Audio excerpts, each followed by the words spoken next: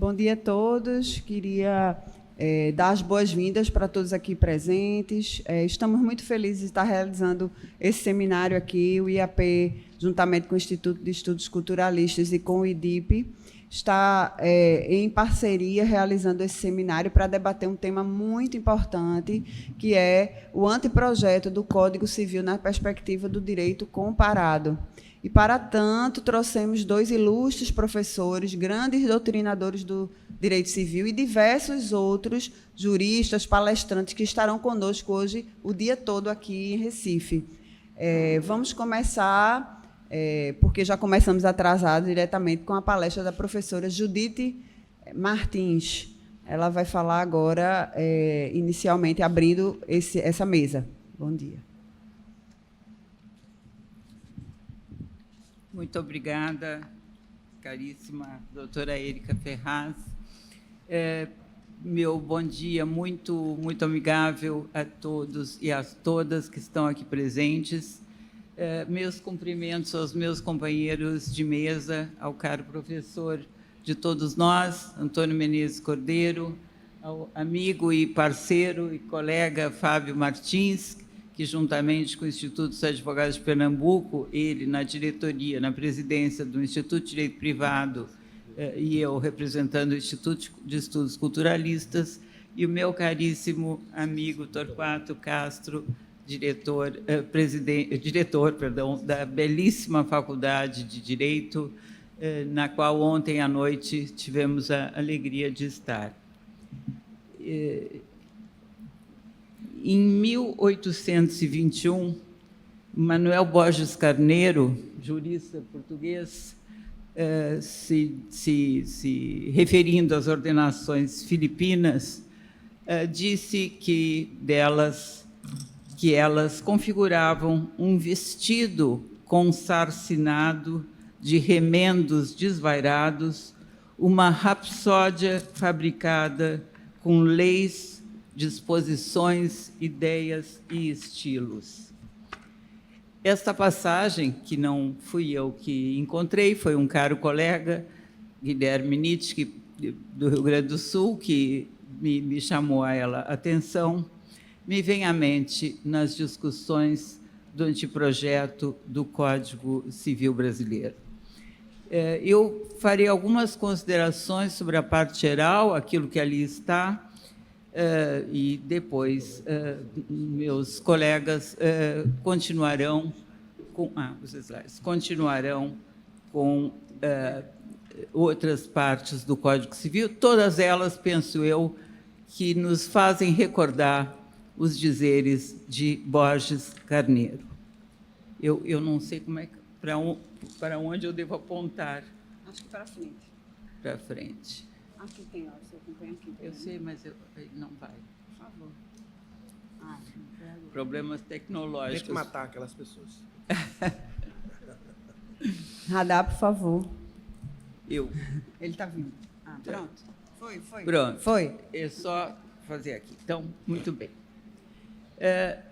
Em geral, para que nós possamos compreender, em sua inteireza, a grave inadequação científica, para dizer o menos, do conteúdo proposto à parte geral pelo anteprojeto de Código Civil, que está no Senado Federal, é preciso começar recordando o que é e para que serve a parte geral de um Código Civil.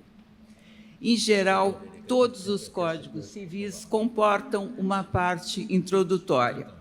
A questão é de saber como ela deve ser concebida. Se deve ser concebida sob a forma sintética de um título ou livro preliminar, assim a concepção francesa e latina em geral, ou sob a forma altamente sofisticada de uma parte geral. Quem disse isso foi um jurista chamado Ottavio Ionescu, que se dedicou a estudar o estilo da parte geral e do título preliminar.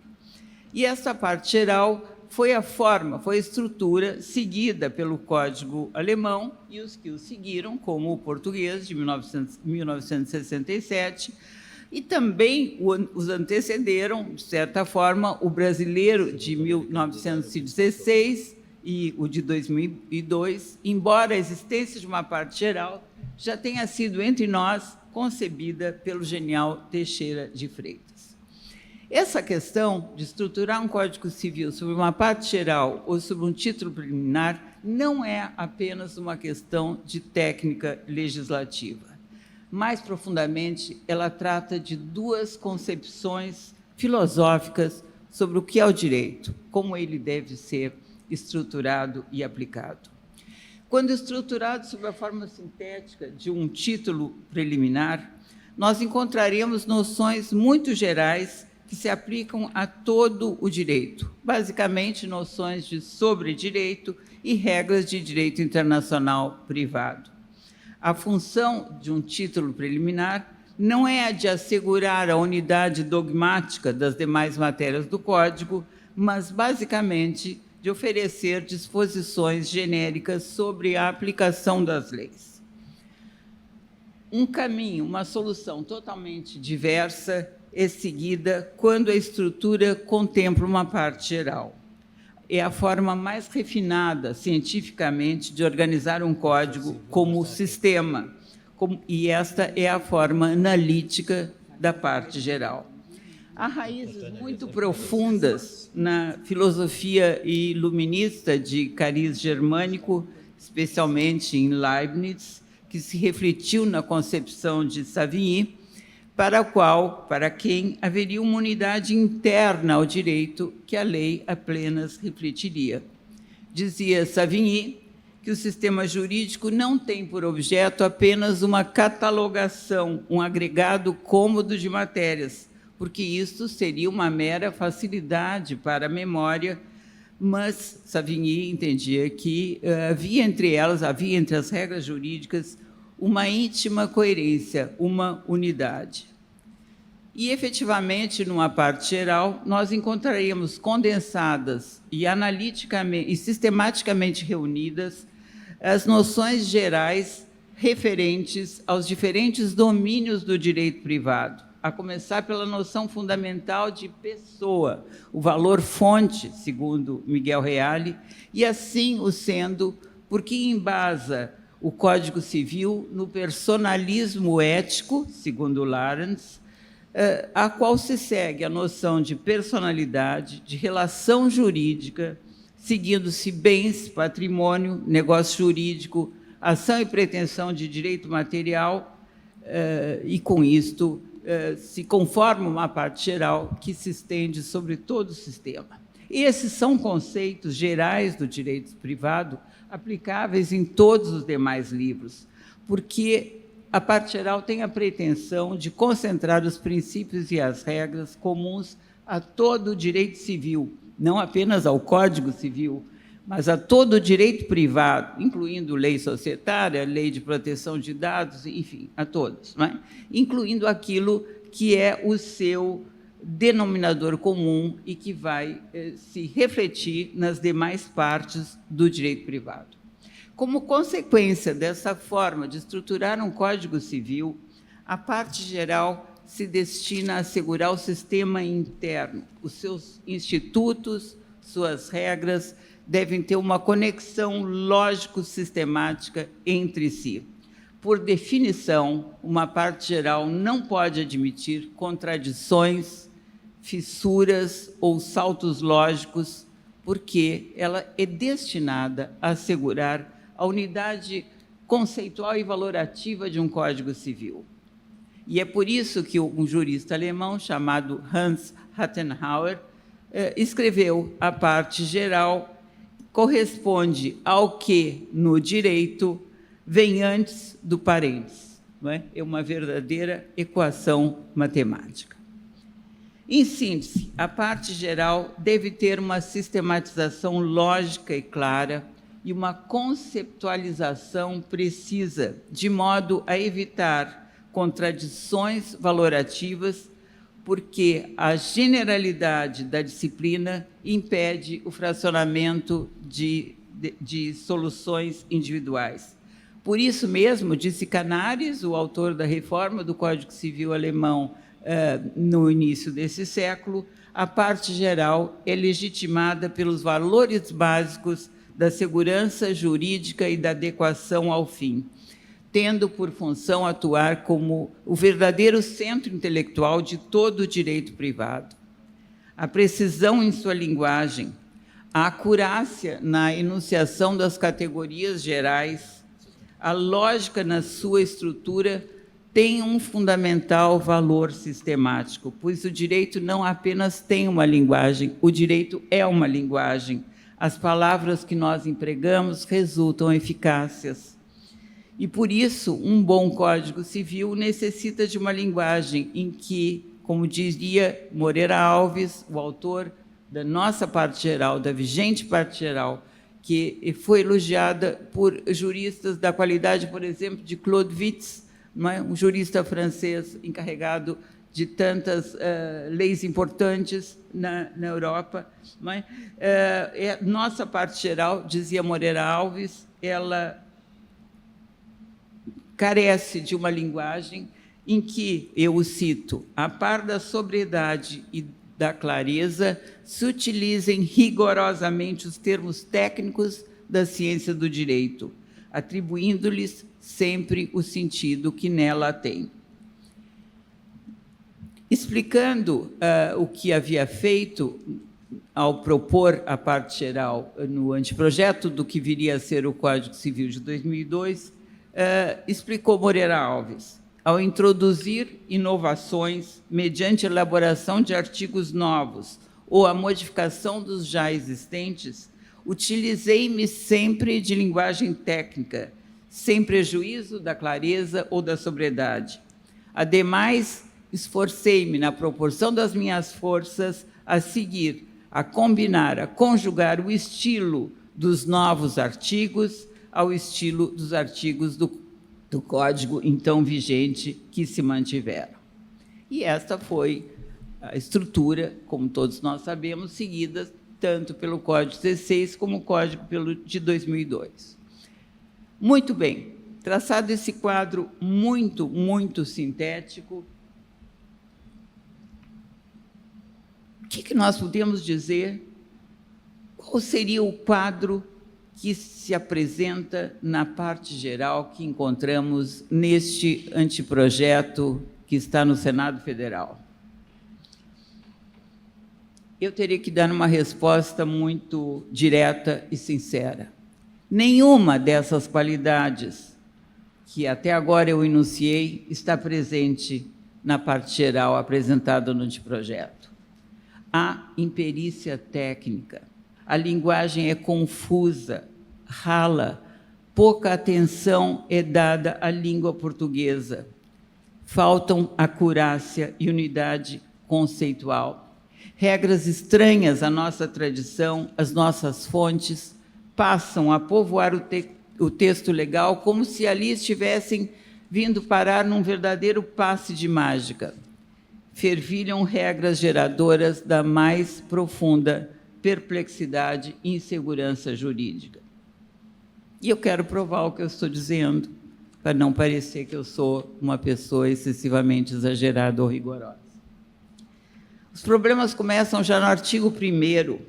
Foi mantida a redação do caput, que, aliás, poderia ter sido consertada, porque o caput apresenta um raciocínio circular. O caput diz, não é? Todas as pessoas são capazes de direitos e obrigações, quando nós sabemos que pessoa é o ser humano capaz de direitos e obrigações. Poderiam ter arrumado esta redação defeituosa e ter dito todo ser humano, usando o conceito biológico, para não cair na discussão se é todo homem e toda mulher, enfim, não é? Todo ser humano é capaz de direitos e obrigações. Mas não, deixaram passar o defeito existente e introduziram um parágrafo 1º, absolutamente inédito em termos de codificação, até onde vai o meu conhecimento, pelo qual se reconhece, nos termos dos tratados internacionais dos quais o país é signatário, a personalidade internacional a todas as pessoas naturais em território nacional. Ora, além de não ser matéria para um Código Civil e retirar, segundo penso, a imensa força expressiva do caput, cuja topografia quer demonstrar a centralidade da pessoa humana para o direito privado, Trata-se de um texto, de um enunciado imperito segundo os padrões do direito internacional. E eu vou aos especialistas em direito internacional, que não é o meu caso, para apontar a esta tecnia. Dizem os internacionalistas que Estado signatário não é sinônimo de Estado-parte e que personalidade internacional tem um significado preciso. Trata-se, segundo José Augusto Fontoura da Costa, professor de Direito Internacional Privado na Universidade de São Paulo, trata-se, diz ele, da suscetibilidade de ser titular de direitos e estar sujeito a deveres decorrentes de norma do direito internacional. Portanto, questiona aquele professor, não há qualquer razão para que a ordem jurídica internacional aceite leis internas brasileiras como fontes formais ou materiais. E continua ele, não se podendo saber o que os autores do anteprojeto desejavam dizer por meio daquelas expressões, diz ele, certo é a impossibilidade de se considerar a norma por ela expressa como fonte de direito internacional, sendo, portanto, uma regra, eu o cito, inidônea para estabelecer quem tem ou não personalidade internacional. Eu deixo de lado os imensos defeitos que estão a viciar a disciplina da capacidade e dos direitos de personalidade, mas eu não posso, perdão que isso nem sempre funciona, mas eu não posso deixar de chamar a atenção a título meramente exemplificativo, eu acho que é esse mesmo, não, mais adiante, para a ausência de clareza e precisão na linguagem dos enunciados do artigo 11, parágrafos 1º e parágrafo 2º. Se enuncia a intransmissibilidade dos direitos de personalidade, cuja limitação somente será permitida, texto proposto, quando não permanente e específica, respeitando a boa-fé objetiva e não baseada em abuso do titular. Ora, diante desse texto, eu fico com as seguintes dúvidas. O que significa limitação voluntária inespecífica? Porque se há uma específica, deve haver uma inespecífica. Quando haverá uma situação de abuso de direito baseada na boa-fé? Não será exatamente o contrário? O abuso, no caso, será do próprio titular do direito de personalidade? Ele estará abusando contra si mesmo? Mas há um segundo parágrafo no qual está escrito a aplicação, vejam a linguagem, a aplicação dos direitos de personalidade deve ser feita à luz das circunstâncias e exigências do caso concreto, aplicando-se a técnica da ponderação de interesses nos termos exigidos pelo artigo 489, parágrafo 2º da Lei 13.115, que é o Código de Processo Civil. Mais dúvidas para além dos barbarismos na língua portuguesa. Como se aplicam direitos de personalidade? Direitos de personalidade são aplicáveis? Quais interesses devem ser ponderados? E se a técnica da ponderação de interesses já está prevista no CPC, ao tratar da sentença judicial, por que repeti-la aqui? Ou a suposição dos autores do anteprojeto é de que apenas o juiz aplica, entre aspas, os direitos de personalidade. Vejam quanta perplexidade esses dois enunciados trazem a nós.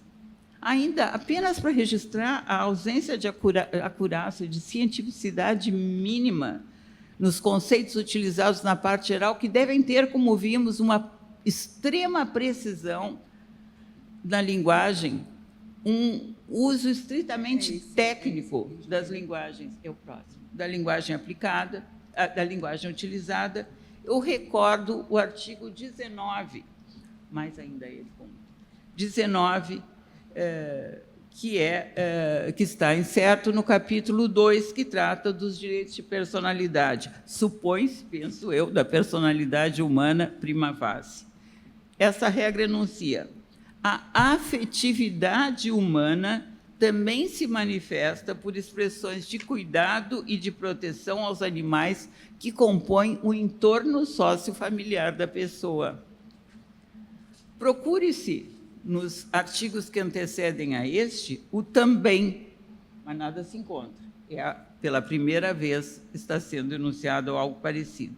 Nada se encontra sobre a afetividade como atributo ou objeto da personalidade, sendo, como nós sabemos, esse conceito de afetividade ainda não suficientemente densificado, amadurecido na ciência jurídica.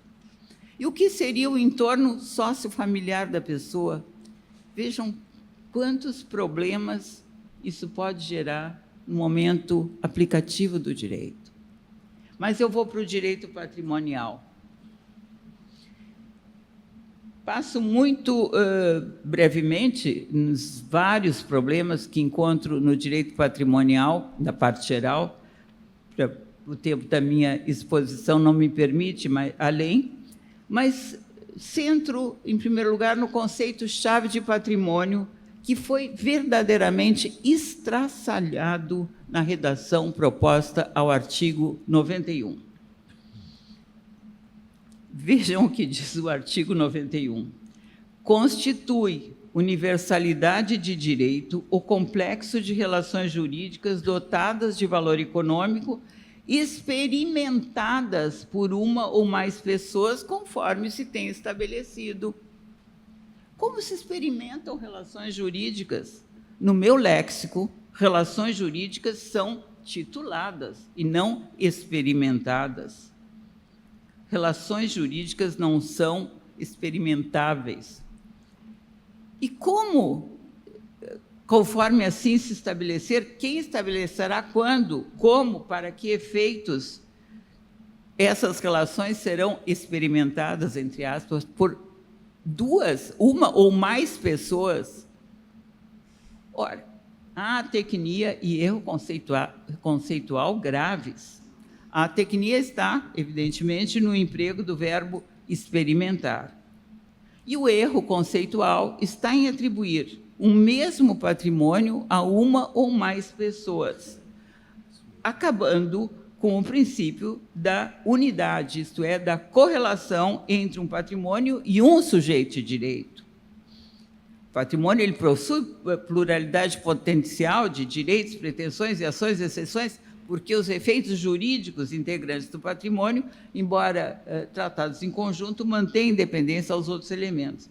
Mas um patrimônio corresponde a um sujeito. Vejam, só figurem nas relações, por exemplo, de direito societário, de direito empresarial, o caos que essa regra pode provocar, não é? O desastre conceitual e as implicações sistemáticas desse desastre.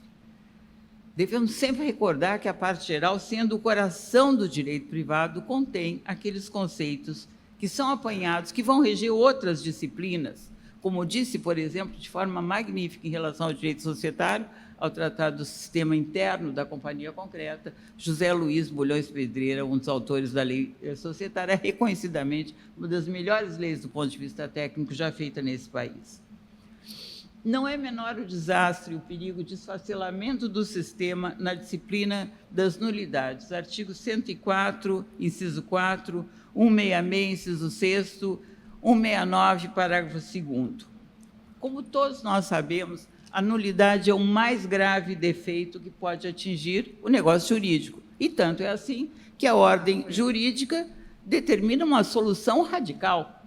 Um ato combinado por nulidade é extirpado do mundo jurídico. Olha, é um efeito radical. E, para tão radical efeito, deve a lei dispor de modo claro, preciso, sobre os requisitos de validade, o modo mais seguro possível para provocar tão forte efeito. Mas essa cautela não foi seguida pelos antiprojetistas. Por exemplo, nos artigos 104, inciso 4º, e 166, inciso 6º, se apresentam regras que, no meu modo de ver, extirpam, ferem de morte o valor segurança jurídica ao estatuir como requisito de validade a conformidade com normas de ordem pública e ao prever a nulidade de pleno direito do negócio jurídico que fraudar lei imperativa, tudo bem, isso está no nosso vigente código, ou norma de ordem pública. Quem aqui sabe o que é norma de ordem pública? Quem consegue definir com precisão o que é norma de ordem pública? Ora, ao acrescentar no artigo 166, inciso 6º, em seguida a expressão fraudar lei imperativa, a expressão ou norma de ordem pública, o anteprojeto coloca no mesmo enunciado duas espécies distintas. A lei imperativa, dizia o professor Ascensão, não é? Grande mestre da Universidade de Lisboa, a lei imperativa é a lei cogente, impositiva ou proibitiva de certo resultado. Portanto, a fraude à lei imperativa diz respeito ao ato emulado, ao qual se confere uma aparência de legalidade para atingir um objetivo proibido por lei. E é justamente por isso que acarreta como efeito a nulidade. Já a norma de ordem pública, ela tem conteúdo fluido, indeterminado, sendo indicativa de uma valoração socialmente relevante e cuja aplicação está fortemente ligada ao plano do direito internacional público. Por isso, não é objeto de fraude à lei a norma de ordem pública. E a infração à norma de ordem pública não pode gerar uma sanção tão grave e peremptória quanto a nulidade. Combinar com nulidade atos que venham fraudar a ordem pública resulta, no meu modo de ver, em grande insegurança jurídica. E o anteprojeto é povoado por essa expressão. Eu contei, não sei se podem confiar exatamente nessa conta, mas tem um título indicativo. Eu contei pelo menos 17 vezes em que essa expressão é utilizada ao longo do anteprojeto. Tudo é boa-fé e ordem pública, dois conceitos indeterminados. Por exemplo, artigo 422b, podemos passar mais um, determina serem de ordem pública os princípios de confiança e boa-fé, em determinação bis in idem, e de indeterminação sobre indeterminação. Ao mesmo tempo em que se arrolam sistematicamente outras causas de nulidade, como no artigo 421b, que prevê a nulidade de cláusula contratual que violar a função social do contrato, outro conceito indeterminado, que já foi combinada como norma de ordem pública. Ora, se nós combinarmos essa regra com as regras do artigo 166, inciso 6º, nós teríamos que a afronta à boa-fé gera, ao mesmo tempo, inadimplemento e nulidade, o que é um absurdo lógico, além de uma contradição sistemática. Ou gera efeitos, e um dos efeitos é o incumprimento, o inadimplemento, ou é nulo. As duas coisas juntas não é possível. Eu fico com a dúvida, a violação à boa-fé e a confiança é fator de inadimplemento ou leva à invalidade, à nulidade por terem sido classificados esses princípios como normas de ordem pública? Vejam o perigo em combinar três noções abertas, boa-fé, função social e ordem pública, 4, até porque confiança também, para um mesmo e gravíssimo efeito. O anteprojeto torna princípios cuja densificação é altamente dependente de concretização e não de subsunção em pressuposto de validade.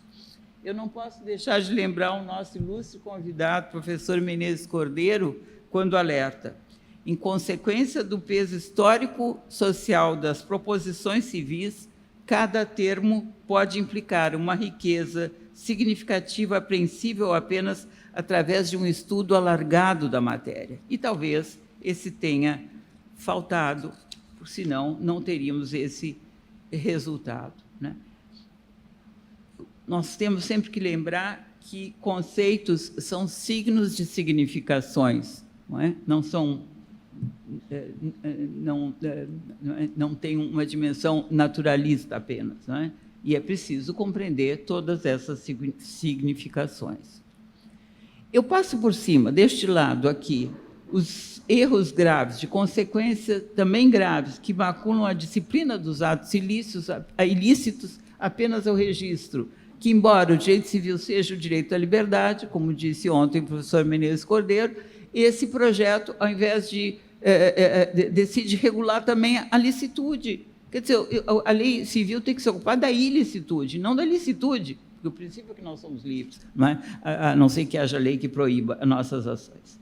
Mas eu encerro, deixo de lado isso que seria um outro tema, e eu encerro também com caráter meramente exemplificativo com a grave atecnia acrescida da importação, ao meu ver, anacrônica e inútil de um instituto estrangeiro e que é verificada no artigo 169, parágrafo 2º. Importar criticamente institutos ou expressões estrangeiras não é direito comparado, é o antidireito comparado.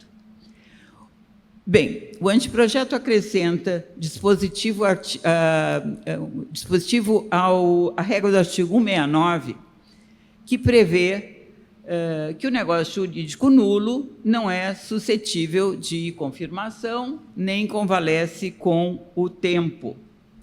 Segundo o adendo agora proposto, a regra do caput, isto é, negócio nulo não convalesce e não é confirmável, segundo esse parágrafo, essa regra não impossibilita que, eu cito, excepcionalmente, negócios jurídicos nulos produzam efeitos decorrentes da boa-fé, ao menos de uma das partes, a serem preservados quando justificados por interesses merecedores de tutela. Veja a importação do critério do merecimento de tutela, que está no Código Civil Italiano de 1942, para distinguir contratos típicos e atípicos, ou para aceitar a conformidade à ordem jurídica italiana de negócios atípicos, e que até hoje provoca discussões entre os juristas daquele país. No meu modo de ver, essa regra atenta ao sistema e à segurança jurídica por dois problemas graves. O primeiro é a remissão à boa-fé. Aparentemente, se trata aí da remissão à boa-fé subjetiva, isto é, estado anímico, e não a boa-fé objetiva, que é uma regra de conduta, um standard, uma conduta leal. Num caso, se for assim, é a impressão que eu tenho, a aplicação da regra demandaria pesquisa empírica para a determinação da hipótese legal, porque eu não imagino que aqui tenha sido estabelecida, o que foi feito na lei da liberdade econômica também, com grande imperícia, uma presunção de boa-fé subjetiva. De outro lado, seria de questionar como convalidar um ato infringente das gravíssimas hipóteses de nulidade previstas no artigo 166 e seus incisos. Quem é que decide o que é merecedor de tutela? Em razão da importação acrítica deste critério do merecimento de tutela, que, como eu disse, há 80 anos se discute na doutrina italiana, tentando melhor precisar os seus contornos, tentando melhor densificá-lo, nós vamos ter aí um transplante incompleto, sem mediação de quaisquer adaptações à sistemática brasileira, e totalmente inútil, porque nós temos um conceito muito amplo, uma hipótese muito ampla de licitude no modo de exercício dos direitos que está no artigo 187 do Código Civil. Então, não precisa disso. Não é? E, além do mais, se pergunta, de quem é o interesse tutelado? Com base em quais parâmetros? Quem vai decidir que aquele interesse é merecedor de tutela? Vejam como essa relativização extrema das hipóteses de nulidade do negócio jurídico provoca uma grande diluição de conceitos, tornando indistinguíveis, em última ratio, os negócios válidos dos inválidos e promovendo ao arbítrio do decisor, não se sabe se é só o juiz com jurisdição, se é o seu árbitro, quem, enfim, o poder de revalidar atos jurídicos inválidos. Eu poderia ainda recordar, nos 232 artigos da parte geral, agora acrescido de numerosos subartigos, incisos, parágrafos, muitos outros exemplos da tecnia, prolixia, de regras geradoras da mais profunda insegurança jurídica. Mas eu termino, paradoxalmente, com uma pergunta sem resposta e uma resposta. A pergunta até agora irrespondida, embora eu tenha feito, eu e muitas outras pessoas a tenhamos feito desde setembro do ano passado. Por que mexer no Código Civil? E mexer desse modo atécnico, atabalhoado, num Código Civil ainda recente, sem que haja a menor necessidade para isso. Não que o Código Civil vigente não possa ser melhorado por uma ou outra reforma pontual, mas uma reforma completa, de 1.100 artigos, mais da metade. Este anteprojeto modifica no Código Civil vigente mais artigos do que o Código de 2002 modificou em relação ao Código 16, não é? Sem a menor necessidade, sem que ninguém tenha pedido, a sociedade não tenha pedido essa reforma. A minha resposta em face desse inexplicável e talvez não explicado e inexplicável fato é que só uma conduta pode ser possível. É a de lutarmos pelo Código Civil, cuidarmos para manter a cientificidade das suas categorias, porque o direito civil exprime, como também disse o professor Menezes Cordeiro, a parte da ciência do direito que resolve casos concretos civis. E o direito civil, como também disse o nosso professor convidado, é o cerne cultural e científico de qualquer ordenamento. E, para tanto, é preciso que nos reunamos todos, como estamos agora aqui, professores, professoras, advogados, advogadas, magistrados, magistradas, estudiosos do direito civil, como estamos aqui fazendo, para analisar, para conhecer, para debater, para examinar esse anteprojeto com as lentes da ciência jurídica. E só podemos obter esse resultado, como disse João Cabral de Melo Neto, e não posso deixar de recordá-lo aqui estando, quando nós tenhamos a consciência que um galo sozinho não tece uma manhã. Nós precisaríamos sempre de outros galos que apanhem esses gritos, que o façam ressoar, para que assim a teia do conhecimento se vá tecendo. Muito obrigada pela atenção de todos.